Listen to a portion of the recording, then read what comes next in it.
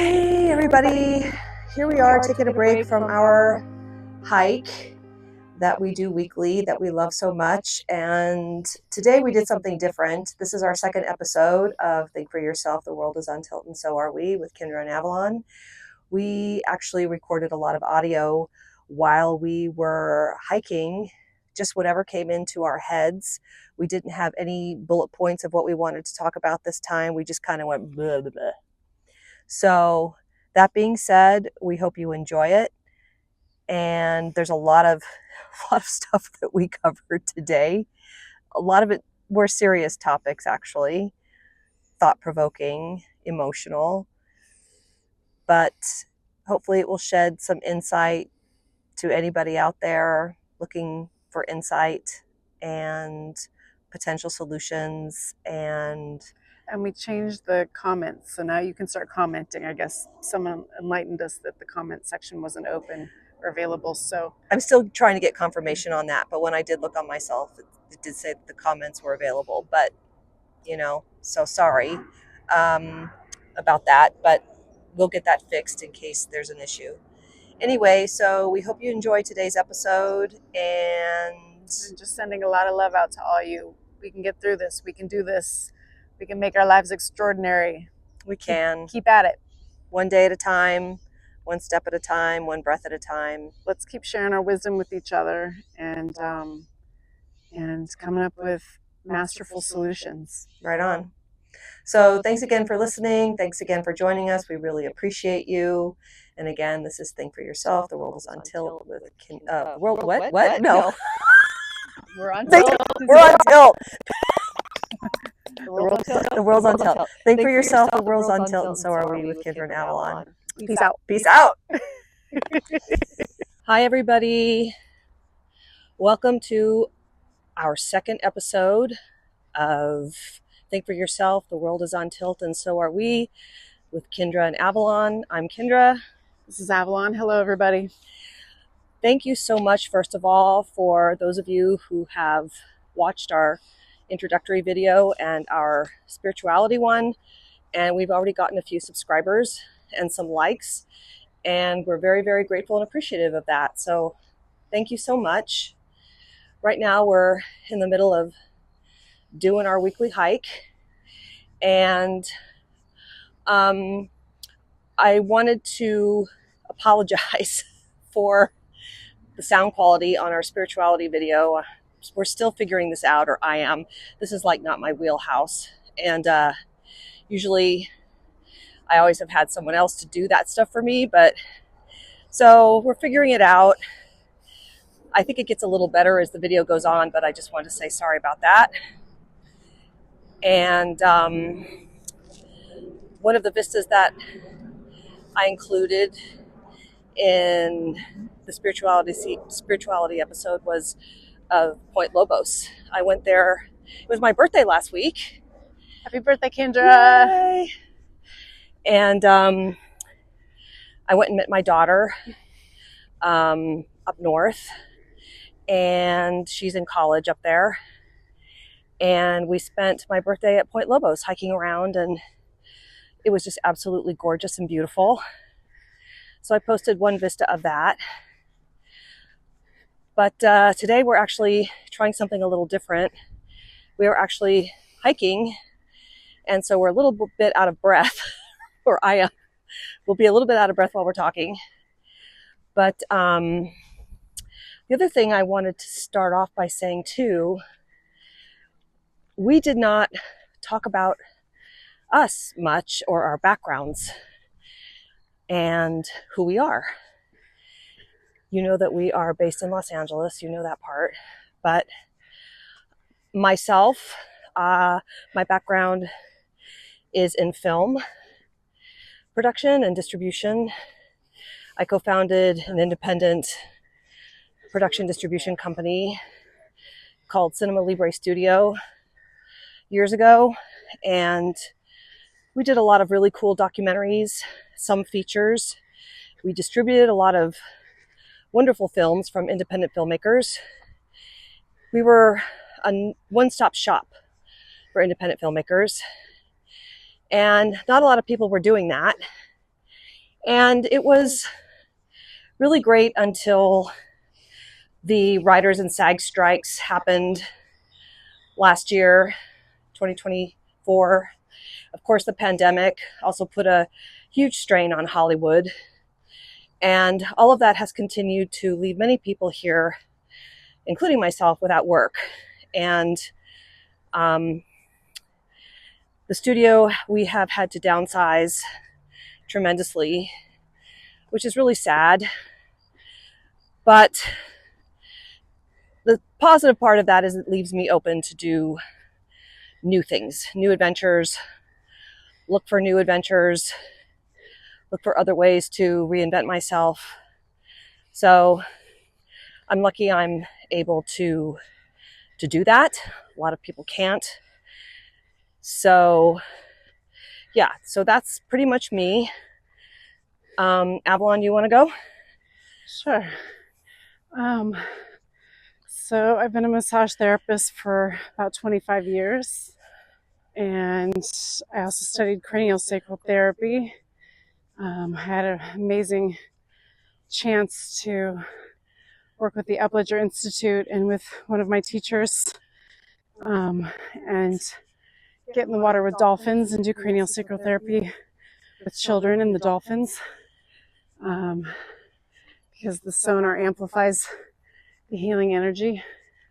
And from there, I wound up going and living in an ashram in San Diego and did an in-depth yoga teacher's training. After many years of practicing yoga on my own, and got certified to teach. And so I've been teaching yoga. I had been teaching yoga for about 20 years. And then in the midst of all the work that I've done with people, just felt really moved to learn acupuncture. And so I'm in the midst of doing my master's in acupuncture right now, which is amazing. Praying that I make it to the end. I had no idea how much Western medical knowledge one had to accumulate to be able to do this Chinese art and science. So I'm just elated every quarter that I make it through, and I've been getting all A's and B's in my classes. Yay! And doing well. But I gotta say, at 50, there's a lot more information in my brain. It makes it a little more difficult to be packing more in there. So, but determined to make it to the end. This feels like a big, just a big accomplishment I would like to master. So, that's amazing. Plus, you're a mom of a 10-year-old. Yes. And I'm a mother at my daughter's 10, and I'm working, doing healing sessions with people, which is one of the things that gives me the greatest joy, witnessing people evolving in their consciousness and holding space for that. And and I forgot to mention too, I worked with a spiritual teacher who had a Western psychology background, and she also went to live in Nepal in a monastery and had a spiritual transmission from the monks. And she was instructed to come back to the US and to share this transmission with Westerners in the way that she felt moved to do so. So I worked with her for about 3 years, and so I became certified in a body of work called the awareness training, which basically is just learning to refine and go inside and listen to your own inner awareness, your mind, and to be able to discern the difference between your ego and the difference between your ego and like your source or yourself. Mm-hmm. And to learn to navigate your life through those means, which has been a powerful tool. Wow. That's great. And learning also how to be embodied in your energy. It's that's part of the work. It's not just a mental practice. It's learning to feel learning to feel where your center is and learning to reside in that space and not letting anything pull you out of that, which, is something to master. Can take your lifetime to master that. Yeah. So, it's no different from Buddhist practitioners or yogis doing their daily practice. It is a daily practice. So between my yoga and that, those are the things that I utilize, and I get body work too myself, and acupuncture. I use a lot of different modalities to really continually do the work within, because if we're intending to move towards enlightenment or awakening, there's a lot of words you can use. We don't, to get out of our stuck thought forms and our stuck ways, or pain or suffering, that sometimes it can take a lot of tools to initiate that. So I just did a personal session with a practitioner this morning who's amazing, dear friend, and she studied a bunch of different modalities. But she basically did something very similar to what my teacher did over the years of working with her. And I had just hit a really hard place. I think I mentioned in the last episode that my husband and I were parting ways. And he had done it in a way that was not super kind. But so I really hashed this out in this session. And the one thing she kept saying to me, which I have to remember and come back to over and over again, is like, in the end, it's really all about love, no matter what, and when people do harsh things, or it feels harsh, or when somebody's done something and it feels harsh, they're just trying to initiate their own awakening and trying to find whatever it is they're trying to find. So we're all doing that, and it may feel in moments like we're clashing with each other or harming each other. But it's really about continually coming back into that place in yourself and opening into your own heart and your own wisdom to listen to really what the next choice point is. That's a focus that my teacher Mary always said. What you have choices in every moment. You can go left, you can go right. Or you can just stay right where you are and just listen to your heart about what feels like a match for you next. And instead of being in this stringent box that society dictates or culture dictates or our family dictates, starting to let go of all of those expectations and just continually coming and going within, and see if you can separate those voices so you're not listening to anything else but what that natural instinct is inside of yourself. Aside from the instinct that you wish a big boulder would just drop on top of them. Yes, yes. So I'm sorry. Yeah. Let's be truthful. If we're going to talk about this, we have to, yes, incorporate all of it. Yeah. I mean, all last week I was, in a state of terror about my husband leaving, cashing out his 401k, and telling me that he might have money for the mortgage, hopefully. God. So, and dropping this on me after I had just purchased a new lease on a car because I thought I had the means to do that. So now, I'm putting myself through school and raising your kid and raising my kid pretty much the majority of the time. And so, he's put me in a little bit of a bind. So just a little bit of a bind. And just navigating the day by day, making sure that my kid's cared for. And he feels like it's, a gift that he picks her up from school a handful of days out of the week. A gift to you? Yeah. Mm-hmm.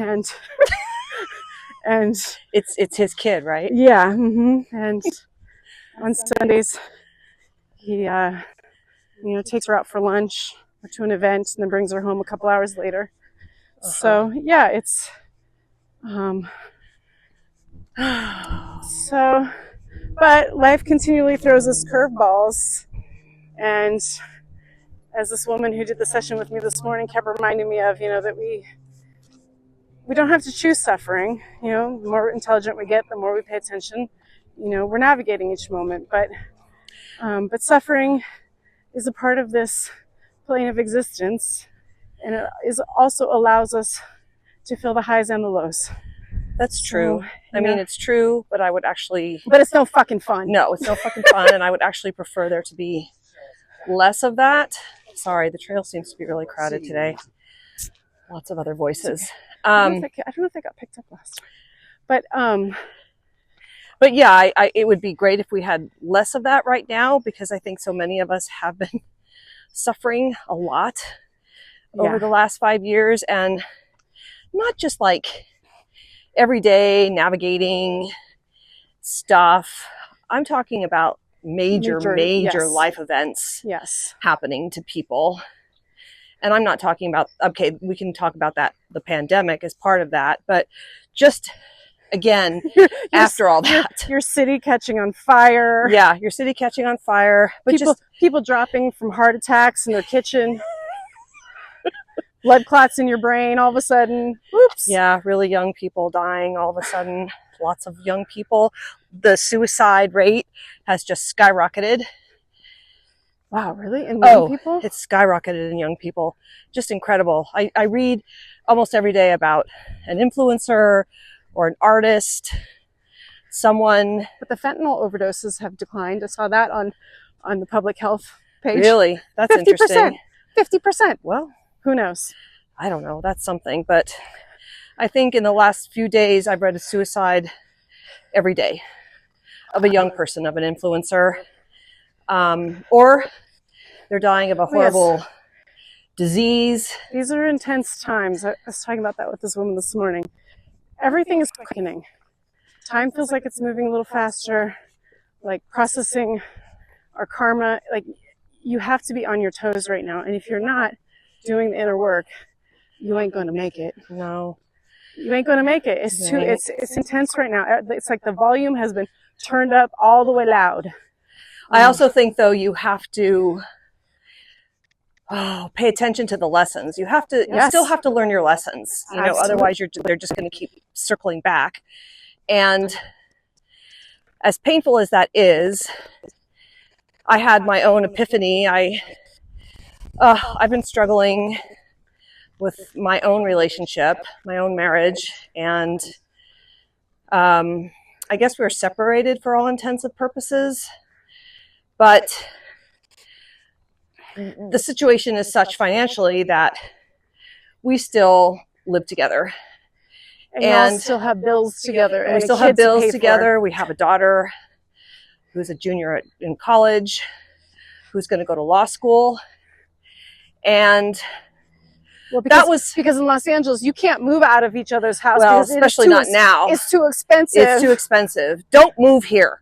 I talk to random people on the phone, like the phone company, or who is it that I talked to? Canceling my cable, and he wants to move out here from Oklahoma. I'm like, don't do it. Oh yeah. He has a movie script. I'm like, don't do it. Yeah, you don't need to move out here. You can film your film wherever you are. Yeah. Yeah. I have another friend who has a friend who wanted to come to Los Angeles to be a famous DJ.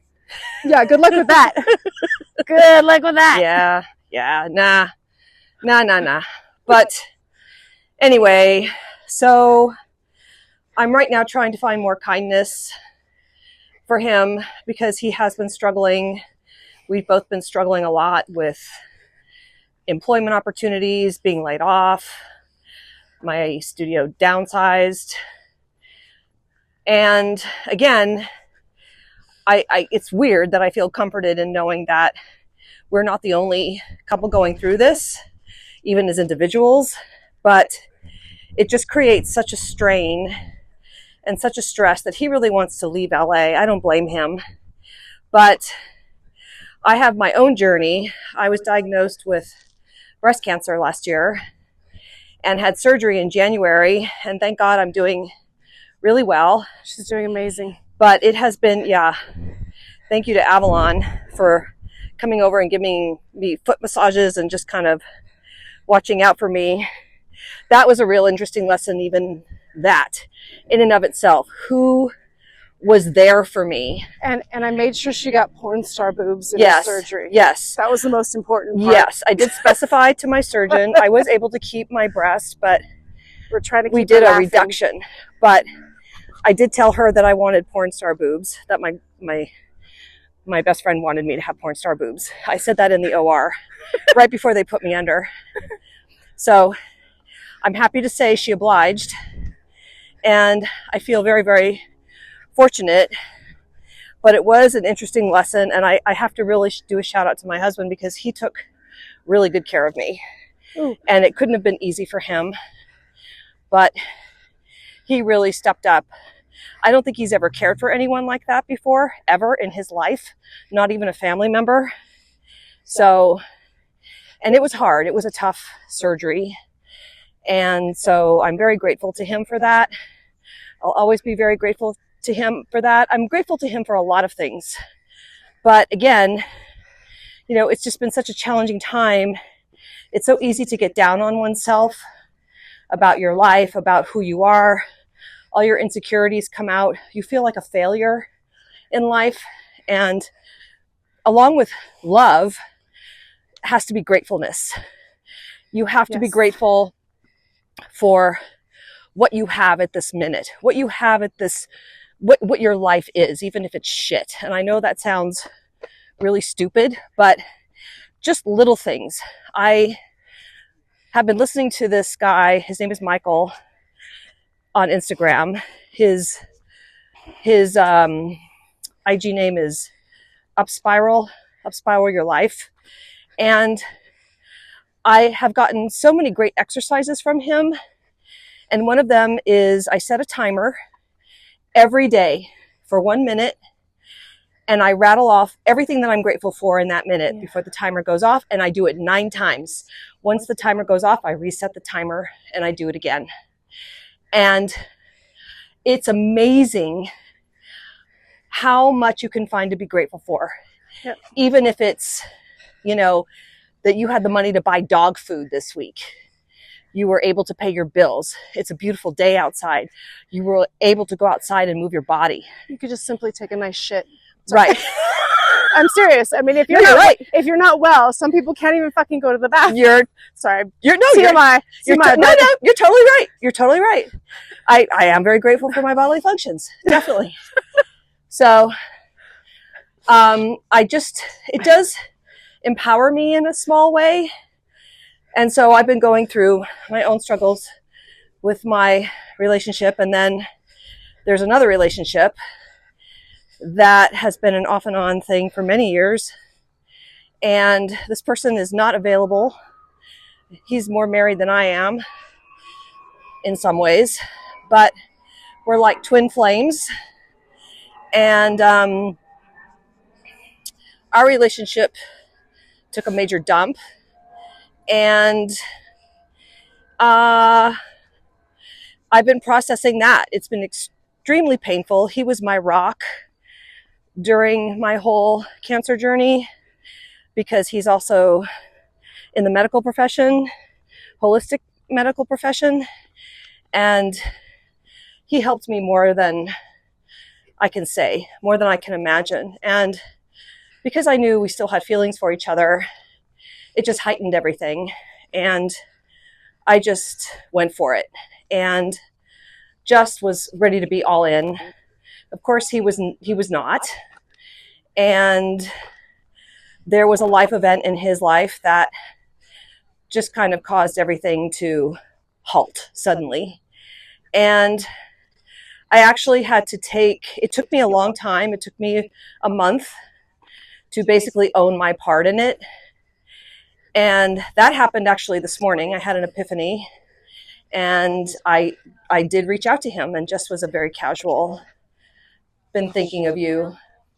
Oh, I want to give a shout out, by the way, to Derek, our editor, who's been doing me a huge favor and teaching me how to upload these videos and basically doing some basic editing for us. So thank you, Derek. You rock.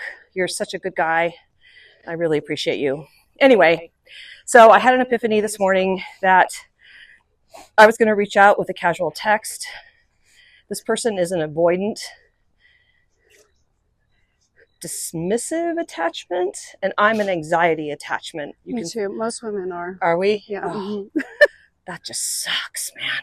I was doing a lot of research about that, trying to figure out how to, what the fuck do I say that like is correct in his, that's in his wheelhouse where he won't say, once again, tell me to fuck off. I have no intention of getting back with him because he, again, like your partner cannot show up for me in the way I need. And he's in a similar situation I am in. He's definitely more married than I am. But it's been really hard to navigate that. And I felt like utter shit for a month. I mean, just debilitating sadness. So for all you ladies out there, I'm just going to interject real quick what Kendra's saying. I had this session with this woman this morning, and I have been witnessing her posts on Instagram for a long time, but she's a dear friend of mine, and she's managed to have a relationship with a man who isn't that. And he shows up and he holds space for her, and he's loving and kind and affectionate, and when she gets attached, he can just be present and not freak out and run. Wait, isn't this the one who just left her? Yes, because, okay, wait, hear me out for a second. Hear me out for a second, though. They consciously uncoupled. Oh, I don't like that term. I know, it's weird. It's a weird term. I hate that term. It's a weird term. I think of Gwyneth Paltrow every time that term is used. I think it's a good thing.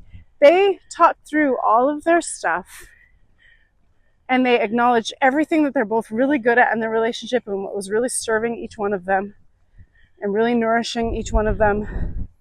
And they did amazing work with each other.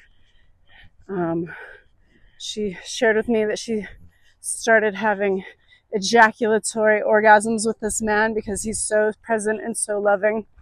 Ejaculatory? Yeah. God.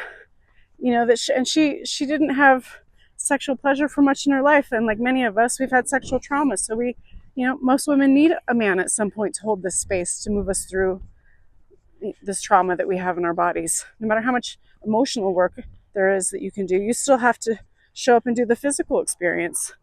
But they decided to unconsciously couple for a couple of different reasons that felt pressing, that weren't serving each other.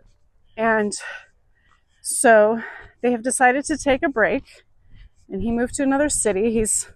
They're both living these very interesting lives and traveling quite a bit.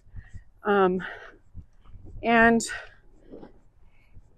what she realized in that moment is that as women, we need to work through the anxious attachment. We got to let go of our fear. I'm the worst at that. I suck at that. And we got to let go of the anxiety, and we got to learn how to settle back into our own energy and feel our connection with the divine. And again, you can use a million words to describe what that is. Yeah. But whether you get out in nature, you feel God, you hang out with a dog, I don't know. However you get connected and plugged back in to that universal energy and get beyond that fear in that moment. Because that anxious attachment, it's really just about feeling fear in the moment, not feeling protected, not feeling safe, not feeling heard. Because loved. I know he's an avoidant, and I get anxious because when something happens where he's triggered, I know he's going to detach, and I start to freak out. And so, yes, but this is where the game gets interesting. And this is why traditional Christian values in relationships no longer serve. It might serve for some people. If those work for you, great. Go for it. But for many people that I'm talking to, this is where the problem arises. When the woman no longer feels held, supported, nurtured, seen, heard, this is when we turn into bitches. This is where we get, reactive. And so we got to branch out. And again, open your heart and connect with the divine and source what feels like is in your highest good. That might mean another man. That might mean somebody else. That might be spending the day with a friend. That might mean going to the ocean for the day. Like, if you can just go moment by moment. And sometimes that means just being in your feelings and just feeling sad for the day. Oh, I've had a lot of those. And allowing yourself to cry, letting that energy out. Because what I'm also finding with having my partner leave is that, like, for the first 2 weeks, all of this sadness started to well up in me. And for various reasons, I realized the most sadness that was in me had to do with my daughter's birth experience. And that I'm not angry at him as much as I'm angry at the people at the hospital that treated my family and me and my child the way they did. And that we could have a lawsuit on our hands, which just dawned on me, because of how we were treated. But my pain and my sadness, I was upset with him because it didn't feel like he looked out for me. But at the end of the day, you can't control anyone. No. And so I can either remain angry at him forever, or I can completely let this go and start to let the sadness go from this event, because that's really all I have control over at this point. So I've just been allowing myself to cry and let all this shit out. Yeah. Because that is, that's why we get cancer. And, my mother's had cancer. Multiple friends of mine have had cancer over the last few years. We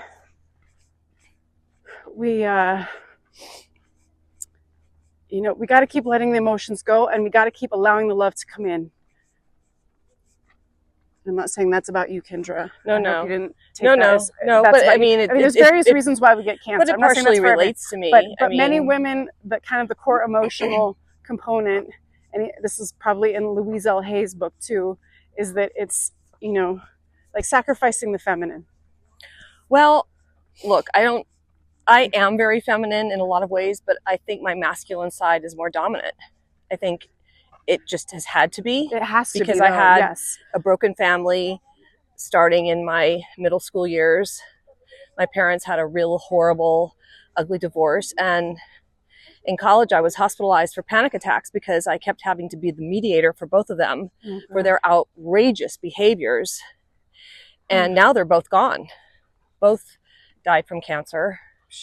But my dad was young. He was my age, which is kind of surreal to think about that. So I try not to. My mom lived into her 80s, but still, all the emotional trauma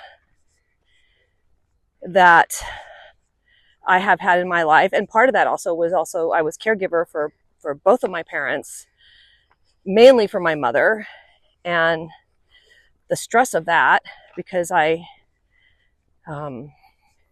unfortunately have a family member, a sibling who is not, who has some issues. I'm just going to say that. We don't speak, and we haven't spoken in many years, but she also contributed to the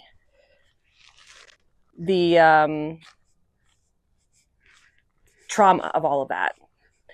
And so, yeah, I think part of my situation had to do with emotional stuff.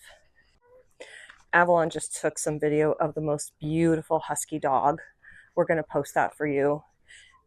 Her name is Sky, and she's a pandemic husky, and she's digging this hole with such enthusiasm and such joy and glee that we had to stop for a second. Anyway, back to what I was saying, although I completely lost my train of thought now and don't remember at all what I was talking about, but I know it was about this person. We were talking about breast cancer, the reasons why.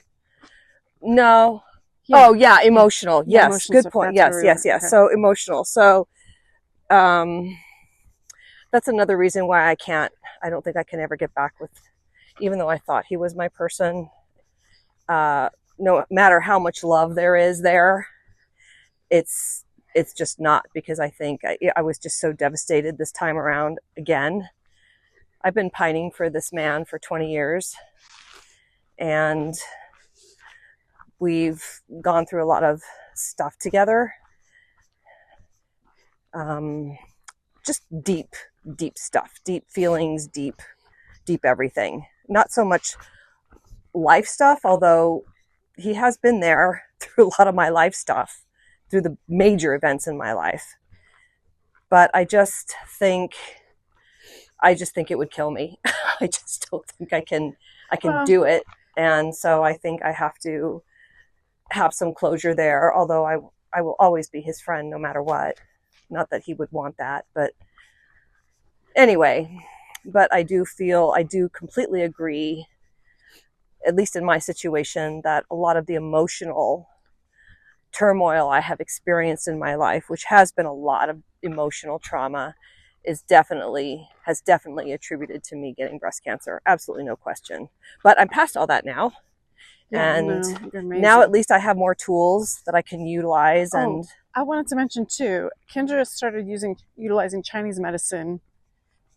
I've used Chinese medicine for many years. At the same time before she got her surgery, and her tumor was actually diminishing.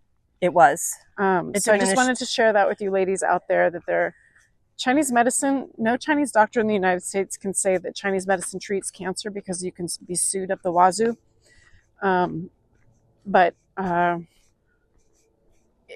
it is, you can treat cancer with Chinese medicine. So just another option out there. Or integratively. I'm a big proponent of integrative medicine, and definitely doing it this way. Well, no, it does treat it. It does treat it, but it takes a long time. Yeah, but if you consider how long it can take for cancer to grow in your body. Well, but here was the other problem though with that. It was diminishing it in one area, but there were shadows of it growing somewhere else. So, I was told that can take, a good year and a half to see real results. But yes, absolutely. it is possible.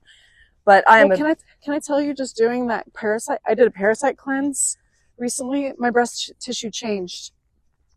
Touched my boobs, like all the density, went down. Oh yeah, for sure. Isn't that crazy? I'm touching Avalon's boobs right now. You can't see it, but I'm squeezing her up. I'm glad someone wants to touch them. Yeah, I'll be saying that. Thank God though for vibrators. That's all I have to say. I've never been so in love with my vibrator as I am right now. So he bought that for me, by the way. So thank you for that. It's probably one of the best gifts. He bought me my other vibrator too, 20 years ago. Shit. So, oh my God. Thank you. Oh my God. Thanks for that. Well, but this is also this is also my argument for why we need to step out of our practice of traditional relations, because wait, go back to the parasite cleanse for a second. So what do you mean? What did it do to your boobs? I don't know. I lost a little weight. This is a real popular parasite cleanse, by the way, right now. Rogers Heidi Klum did it. Yeah, rogershood.com. This woman's had great success. She lived out in the wilderness and had a well on her property, and managed to give herself parasites because she was drinking well water, which she thought was more healthy than city water. So be careful, folks. But she managed to come up with these products, doing mushrooms, actually, of all things. She got this spiritual download, which, hey, however you get your spiritual information, you're doing ayahuasca, you're meditating, I don't care. But she managed to make these products that are super, super effective. And I didn't know if I had parasites or not for sure.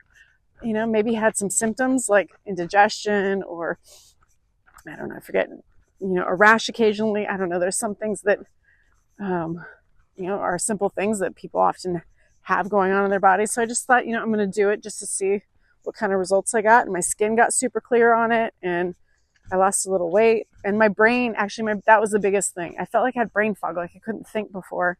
My brain feels like it's a little more clear. So, and she says that you should do it once every quarter. But what did it do to your boobs? like the tissue in my breast just got like, it was dense and now it's like softer and squishier. I don't know. Okay. Did they get bigger? No. Oh, okay. Just squishier. Just squishier. All right. Yeah. Are you done with it? Did you finish? Yeah. It's like 3 weeks, right? No, I did it for 30 days. Oh, 30 and days. I like on the last day, I was like, oh God, they're heating. I mean, there are definitely some hot herbs in there. Did any worms come out? Did you see worms in your poop? You know, there was one time that it looked like there were like little pieces of rice, TMI, but only one time. So I don't, you know, like maybe they came out of, they can be lodged in different organs. That's what's so crazy. They can be like in your liver or, so I don't know. But I read that they adhere to your intestines or the intestinal wall. Yes. So who knows? But she says if you have animals in your household, if you walk barefoot outside, you probably have worms. Just those two things. Barefoot outside? How are you going to get worms from that? I don't know. They go on your feet, she said. Yeah, but I don't know. Are you going to, from walking on concrete or walking in the grass? No, like walking on the earth. I don't know. Well, knows? Who walks on bare earth anymore, barefoot? But just the animal thing. I mean, we have cats. Yeah. Cats usually have worms. Ugh. So I don't know. Who knows? I'm not totally sure that I had worms to begin with, but I definitely feel a little better since I did it. Well, that's good. But why did we divert about that? I don't know, because you brought it up. Because we were talking about breasts and cancer, and you said, "Oh, my boobs are more squishy because I did a parasite cleanse. All that dense tissue in my breast went down." Yeah, I don't know. Just because I've read a lot of literature lately that talks about that there's a relationship between parasites and cancer. That people are starting to wonder if that's one of the reasons why cancer begins. I don't know. I'm always looking for the alternative information because I feel like Western medicine doesn't always hit everything with the nail on the head. I am not a fan of Western medicine. And all the remedies are just Band-Aids in the moment. They don't actually go to the core of the problem. You know, I've been watching over the years, you know, it was a random person who got cancer when I was a kid.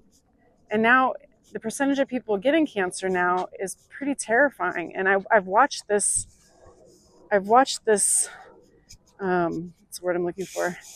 I've watched this trend increase over the years. And in my healing practice, I just started to wonder, you know, what is happening? Is it but there are so many, and this is the reason my Kinder and I started this podcast. There's so much going on in the world, you know, we have to pay attention to now. Like to be living a healthful lifestyle takes so much concentrated effort and money at this point. Mm-hmm.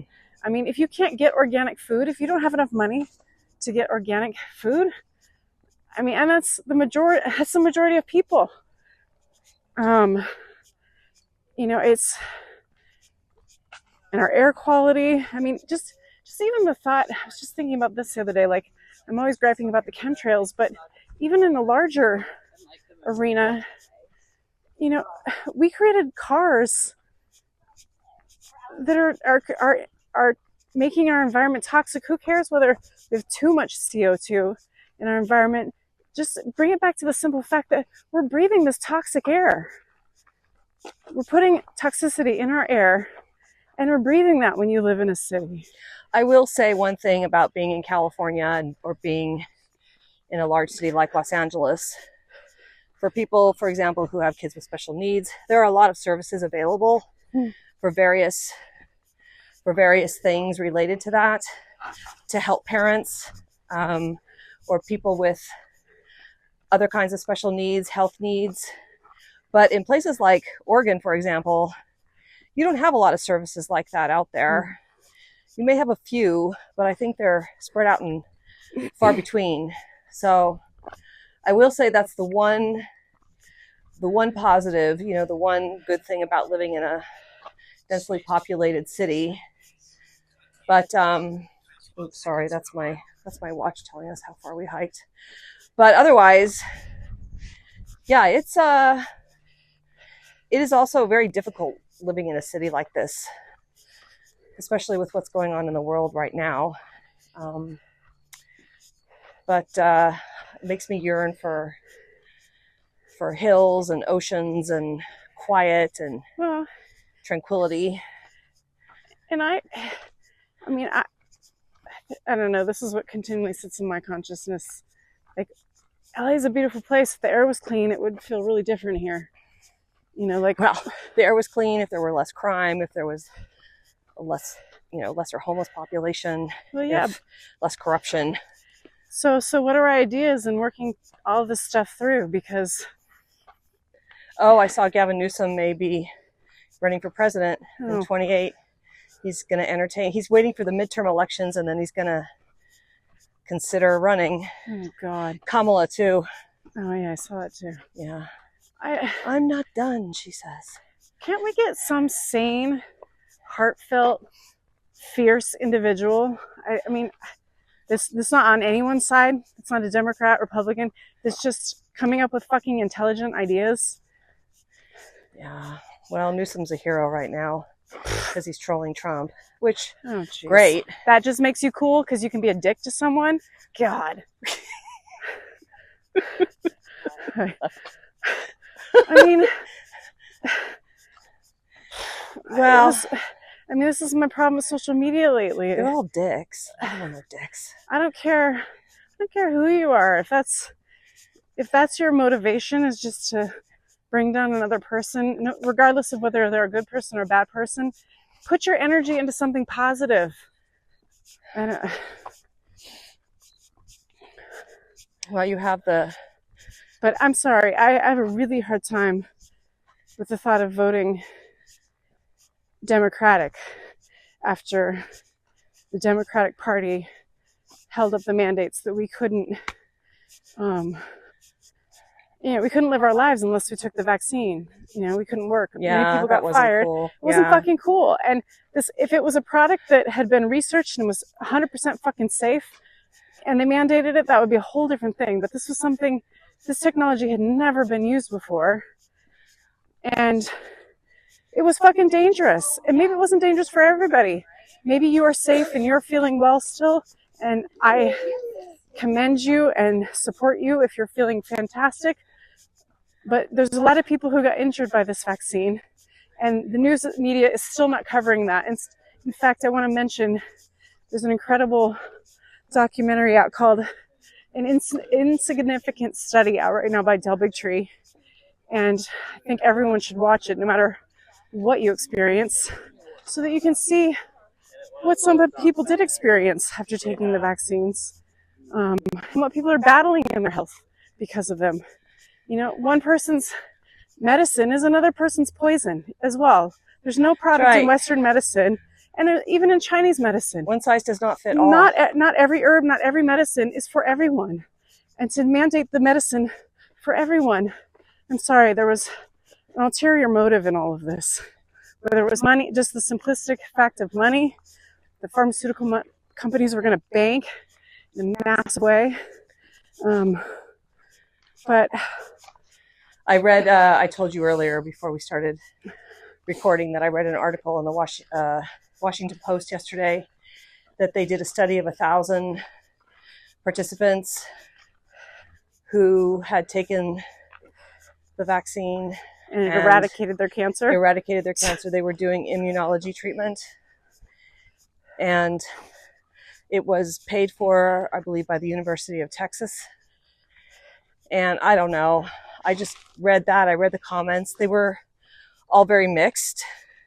Most people say they experienced a similar reaction. Well, I think other people were talking about, what about the turbo cancers? And then, of course, you had people saying that's a lie, that's not true. They already published that the vaccines cause myocarditis.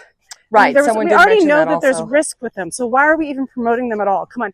This is where common sense, if you don't step back and use your common sense. Well, but that's like with every drug, though. Don't you watch? I mean, when you watch a show and they're like, on Amazon or a movie, the side effects are hernia, diarrhea, stop breathing, acid reflux, vomiting, So you might eradicate the symptom that you have, but you're going to get a million others. Yeah. But you're going to drop dead because you can't breathe or something, Yeah. or you have you have a heart attack. And they're trying to take a holistic approach. I just saw a drug that's being promoted on television. And they were saying, oh, this drug actually heals the lining of your intestinal tract. No, come on. That's impossible. These are, we have to remember. It heals the lining by causing your body to create less acid in the body, which is not great either, because you need that acid to digest break down your food. Do you know which one that is? No, but all of them, any of them, Prilosec, any of those. Well, and another note on that. None of them are good for you. Any Western drug has to be detoxing your system by your liver, because it's a chemical. Well, some by your kidneys, not all by your liver, some by your kidneys also. Kidneys, liver, but it has to be detoxed because it's a chemical. When you take a natural herb, yes, you can have side effects from natural herbs. You have to make sure that you're diagnosing a person correctly to make sure that the herb is exactly what their body's symptoms express to you. But it's from nature. It's like you're eating food. Your body knows what to do with this. It's very simple. And, you know, if you've been on Western medicine for a long time, again, I have all the compassion in the world. For some situations, there's some things that are necessary. If your body doesn't make insulin anymore, you have to be on insulin to survive. So again, this is not a war about, you know, I'm not someone who is against what works. You know, there are some things in Western medicine that are necessary to keep a person alive. But if you're dealing with smaller symptoms, you should be dealing with those symptoms holistically, because the second your body starts to show things that there's an imbalance, you need to start balancing those things out, because that's what leads to chronic disease in the future. So very important, you know, if you have toenail fungus, if you bleed heavy, like your body's giving you symptoms that something's not quite in balance. Oh my God, I have this neighbor. I love her. But I finally got her to talk to her cardiologist. She has a lot of health problems, and she had a stem cell transplant also for multiple myeloma cancer. But she was on these blood thinners. Oh my God. And her husband died 5 years ago, 6 years ago. And I am kind of her go-to in an emergency. Uh-huh. And your neighbor. Mm-hmm. The problem is, I have been telling her that she needs to cut down the dosage on these blood thinners. I'm like, please talk to your doctor. So I had this traumatizing thing happen, because I would always see her and she would have these enormous hematomas all over her legs that just looked so scary and so dangerous. And she's like, oh, I fell, or, oh, you know, this happened. And I was like, please. And she's just afraid she was going to throw a clot, so she wouldn't talk to her doctor. And she was also a nurse. She's long retired. And she's in her late 70s now. But she called me one day, a couple of years ago, year and a half ago. She was coming back from church, and she wasn't using her cane, and she tripped and fell on her front porch step, fell into her house. She had was opening the door and tripped and fell and couldn't get up. And so not only did she have bruising, I went over there. There was blood everywhere, because she had, you know, broken the skin, and she was just hemorrhaging blood. Like, I was terrified. I almost called an ambulance. I got my husband to come and help me pick her up. And we just got ice packs, and I mean, the bleeding eventually stopped, but honestly, it was one of the scariest things ever. And she really hurt herself. And then there were complications from that, and she ended up in the hospital. So after that, she finally got the dosage of her blood thinners lowered, but that was reduced. Yeah. Well, but that's the thing, you know, people need to also, they need to A lot of people are scared to be their own advocate medically. They just listen to their doctor. They can't feel their body or listen to their body, what their body needs. Yeah. And that's another cause of medical accidents. Yeah, absolutely. Well, and this is something medically related accidents, rather. I used to think about this as a child, and I realized I'm weird. I don't know anybody else who talks about this, but from when I was a little kid, I used to pay attention to what food I ate and how it would make my tummy feel and how to make my energy feel. And we're not taught in our culture to feel. Everybody's doing everything that everyone is doing is causing them to be separate from themselves.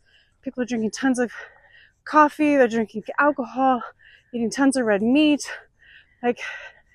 So much of what we're doing in our culture is already making us sick from the get-go. And if I could just even say one simple thing, you need to be drinking water every day and not from a plastic bottle. Yeah. You need to get good water, whether you're drinking spring water out of a glass jar or you have a Kangen water machine, which if you're interested, I can sell you one of those. And you need to have water purifier underneath your sink so it's cleaning the water. And fruit and vegetables, a little bit of grain, a small amount of meat on your plate if you're a meat eater. And fish, chicken. And there's so much more detail and nuance in what you can do with your body and your health. Legumes and nuts, but eating whole foods, not processed food, and eating warm food. A lot of people, start eating tons of vegetables, but they're eating salads every day, and that's going to make you spleen deficient. So, just to make it really simple, warm foods. Make yourself a nice warm meal. Warm foods, less sugar. Yeah. More fruits and vegetables, and a lot of water. See, it's very easy. It's very simple, and prepare it yourself. So you put love in your food and sit down and have a